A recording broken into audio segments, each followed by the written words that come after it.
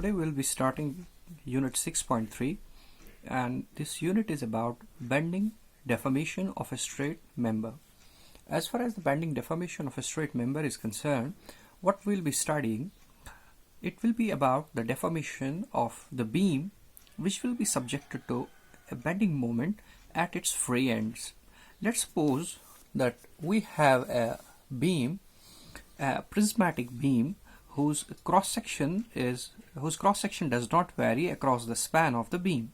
So on this beam, let's draw the longitudinal lines and these horizontal lines. Now essentially we have divided this entire beam into small grids with the help of these longitudinal and horizontal lines, what we call as the grid lines.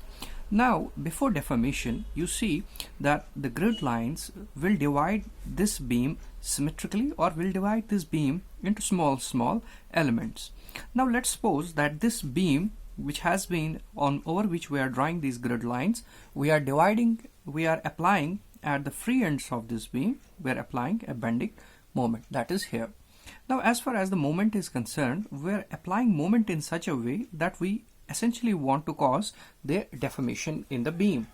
It's like it's like we have an element.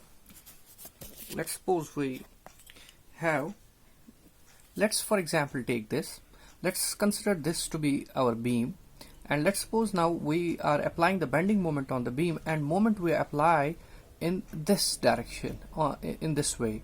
So as we are applying moment on the beam, we are trying to deform it, and in the same way what is being done, the moment is being applied at the free ends of this beam, and because of the moment at the free ends of the beam, you see the beam is now deforming.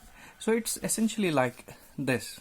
We have a beam like this, and this beam, we are over this beam at this free end, we are applying bending moment, or the moment M at this very end, and we are applying moment at this very end. So we are applying this moment here in a clockwise direction, in a direction that will be, this will be the line of action, this will be the line, or this will be the axis along which this moment is being applied. Same is the case here.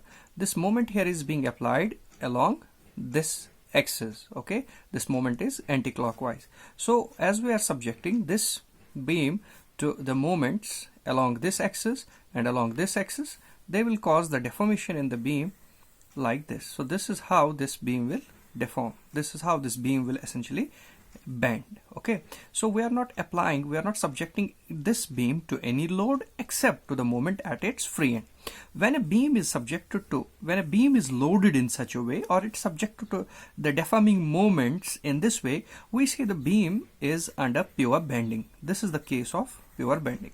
So in pure bending, we have beam which is subjected to moment M and M at its free ends, and these moments will cause the deformation of the beam like this. So